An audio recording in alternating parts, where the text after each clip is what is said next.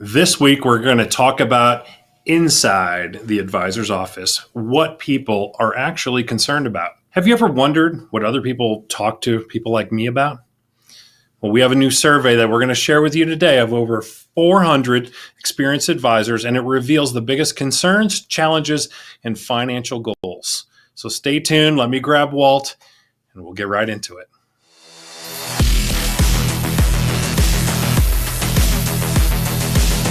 Hey, it's another episode of Power Your Retirement. Walter Storholt alongside financial advisor Steve Smith, a certified financial planner, and he is going to be really valuable in today's episode as we talk about this study that Steve mentioned a moment ago that interviewed 400 experienced financial advisors and got their opinions about things like, what was unexpected about what they found about working with their clients and top concerns across the board. And we're going to compare and contrast these to Steve's typical clients as well, to see if this jives with the national data or if the industry maybe has some more specific concerns for you publicly employees of publicly traded utility companies out there. So this should be fun to dig into. Steve, you ready to roll? I'm ready to roll. We'll compare and contrast. Okay. Yeah, a couple of highlights from the study. First, I found this one interesting, Steve. Advisors in the survey said that 52% of clients seek out a financial advisor to help with retirement planning. 34% are primarily working with someone just to build wealth. So highest percentage of folks looking for that retirement planner, others just focused on that wealth building. How do those numbers strike you, and in which category do your typical clients fall?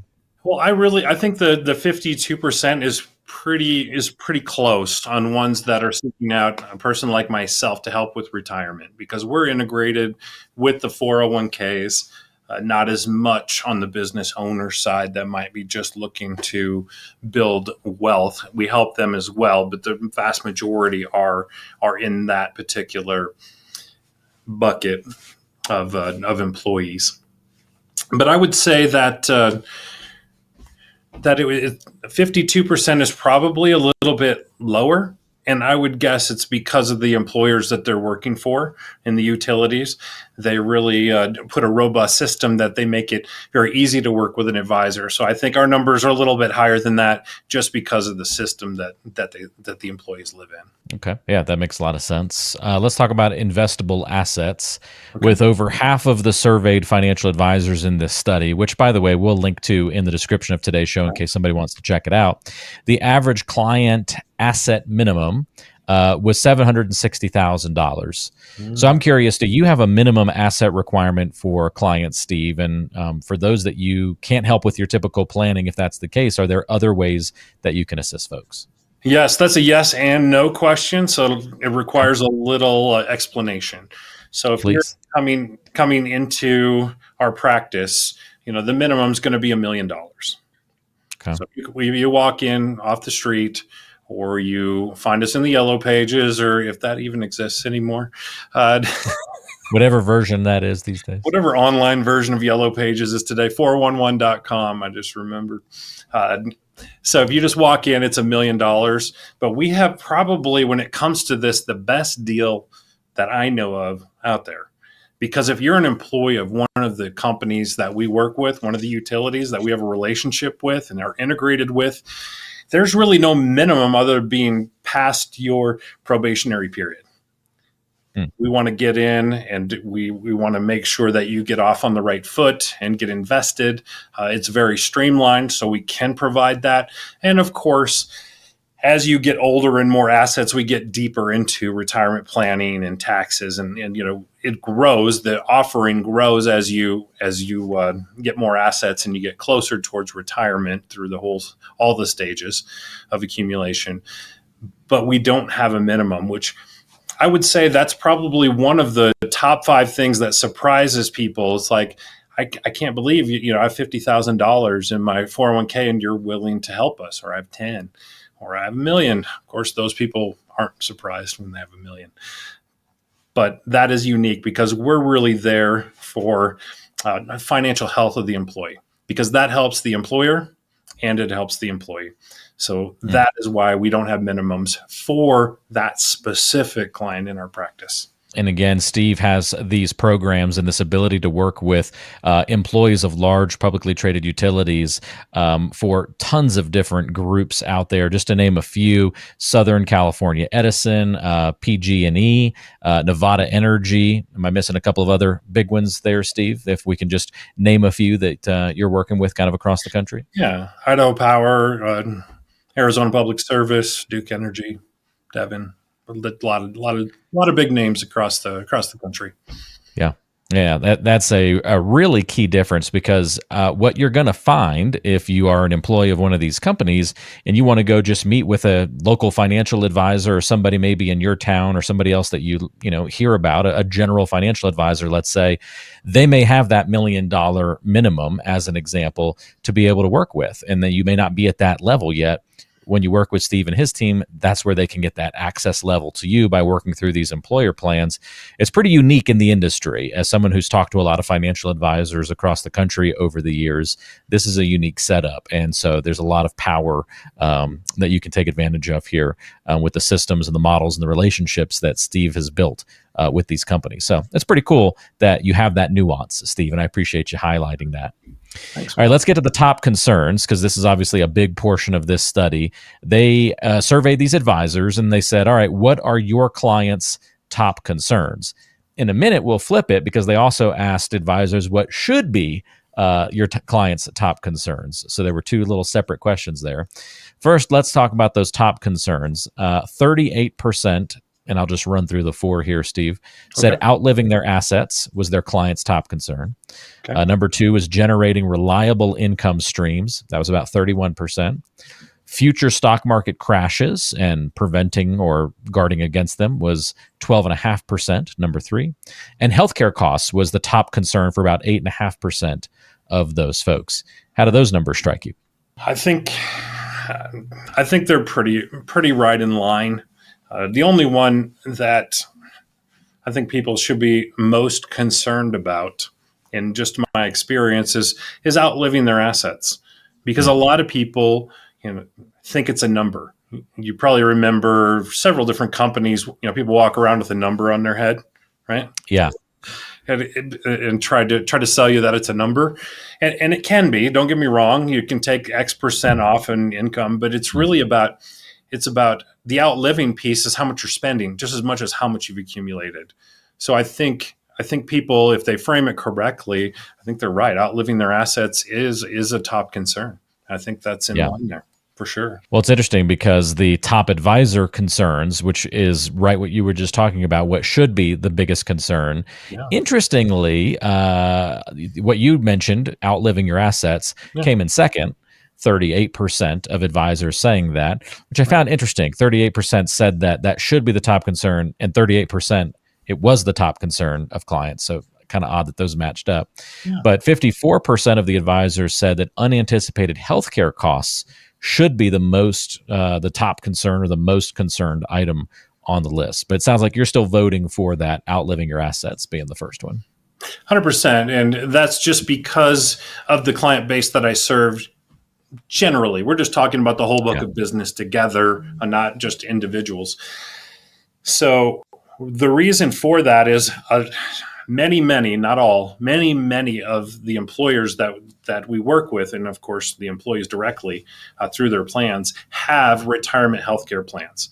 And that's kind of a rare bird out there, I will say. But they have bridge plans where they depending on when they were hired, how long they've been there. There's a whole metrics, which I can lay that out for you in detail. If anybody's interested, they can reach out. But basically what happens is they cover up to 85%, depending on the plan, of that healthcare bridge. So they end up paying like healthcare. So if they retired at 60, Medicare starts at 65, right? They're paying kind of like the employee contribution, something similar. Right along the way, even after they retire. And then the beautiful thing happens at 65, because they get Medicare, and then they also get that 85% paid for supplement, and they can move to any of the 50 states. So the beautiful thing is that when you have a supplement, That's 85% for life paid by the company and for your spouse, or maybe you're a 50, 60. We'll go over that. But that supplement paid, it kind of takes a lot of the healthcare costs off the table, no matter if they live to 120 or 85. Very cool. That's great. There was another disconnect in this study that I thought it might be worth bringing up and talking about a little bit as well. Sure. A third of the advisors that were surveyed listed the risk of supporting adult children and other family members as something that should be a top concern. Less than 3% of clients, however, marked this as a concern. Is this another overlooked issue that you often find with prospective clients before taking them through the planning process and addressing it? I think it's more fear-based than anything. Okay. Because is it real? Yes. A solid percentage of our seniors, 65 and over, live on Social Security alone. Way too high. I don't have the exact number, but it's in the realm of 40% or more. I can look that up later. But the point is that it's high. It's higher than what it should be. And those that are looking for additional care, is concerning. There is Medicaid. You might not get them into the right facility or the best facility. So that's really something that the children are taking on as their own expense. So that's one thing to process. And it depends. If you live in a big city or a small town, a lot of times the small towns, all the places are great. And, the level of service isn't that much difference. In other places, it's stark. So that's one thing to look into if you are going to or have to. The other is a lot of people consider taking the elderly into their home. There's not a ton of expense with that, especially post 65, because you've got a lot of home health that can come support you. So if that's something you can keep the cost down, of course, there's a career potential or an income reduction potential for yourself if you're taking that on, depending on the level of care. But lastly, I want to give something of value that validates this healthcare cost in a different way. And what I see as one of the big risks that isn't evaluated appropriately a lot of times is that if you take an elderly couple and the first one to go into nursing care or something very expensive like that can leave the other spouse with not very much money for the next 20 years. So that is something when you're looking at either buying insurance or putting money away for that expense, no matter, depending on how you do that, that is something that should be weighed fairly early, even maybe a little bit before retirement, of how that's going to be taken care of, so that, if dad passes away earlier with a lot of nursing care, it can leave mom with 20 or 30 years of most of the assets gone. That's a real problem. Sounds like there are solutions for those issues and problems, though. It just takes the proactive planning to avoid them. So Correct. That's good news. And with that, it eliminates it as a top concern, which is good. Yeah. One last point from this survey to touch on in today's episode. According to the survey, an average of 63% of clients aged 55 and older intend to work to 65 and beyond. Yet only 30% of their clients are still working at 65 and older. So you're chopping that number in half of those who said that they intend to work past that age and those who are actually then following through with that. One other number before, hopefully not overload you with too much, 48% of clients feel that their savings aren't enough to live on, and 41% said that they need health insurance, and that's a big issue as well. I know it's a lot of numbers all at once, but do your clients, I want to focus on that 65 and older working element, since you work with folks that are all across the age spectrum in their careers with these utility companies. Do your clients end up working past 65 in a lot of cases, or do they tend to usually retire a little earlier than expected?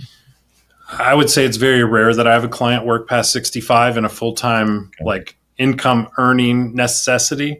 I have some that go back and do a little contractor consulting work, mainly because they love it. And maybe they want to get a new boat or something.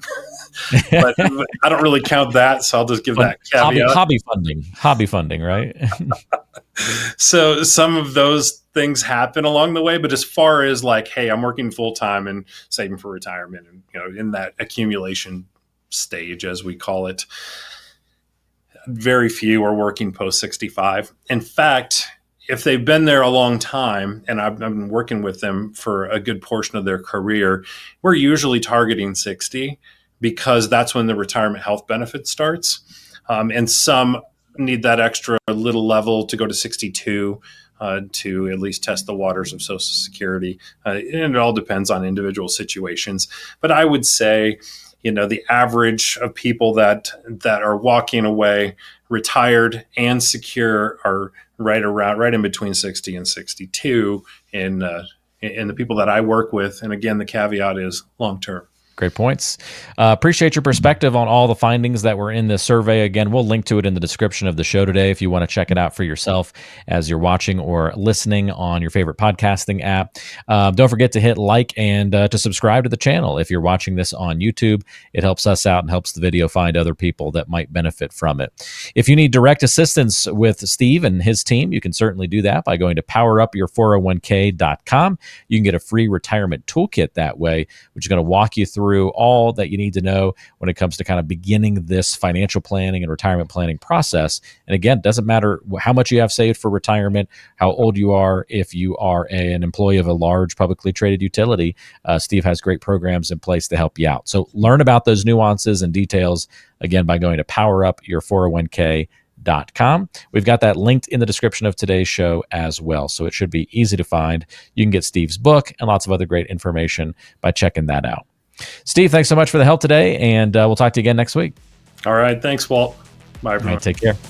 We'll see everybody next time right back here on Power Your Retirement. This podcast is provided by Powerhouse Financial Advisors, an independent firm with advisory services offered through Parson X Advisory Services, Inc., PAS, a federally registered investment advisor. The information provided is for informational and educational purposes only and should not be considered as personalized investment advice. PAS does not guarantee the accuracy, completeness, or suitability of this information for your specific circumstances. Investment decisions should be based on an individual's goals, time horizon, and risk tolerance. Past performance is not indicative of future results, and all investments carry a degree of risk, including the potential loss of principal. Any case studies, testimonials, or endorsements shared in this podcast are illustrative of individual experiences and may not be representative of the experience of all clients. They do not guarantee future performance or success. You should not infer any level of assurance regarding future financial outcomes. Listeners should consult with a qualified financial, tax, or legal professional before making any investment decisions. Parson X Advisory Services, Inc. does not provide tax or legal advice. Be sure to consult with your tax and legal professionals regarding your specific circumstances. For a copy of our Form ADV Part 2A, which provides additional information about PAS, including our advisory fees and services, please visit powerhousefinancialadvisors.com.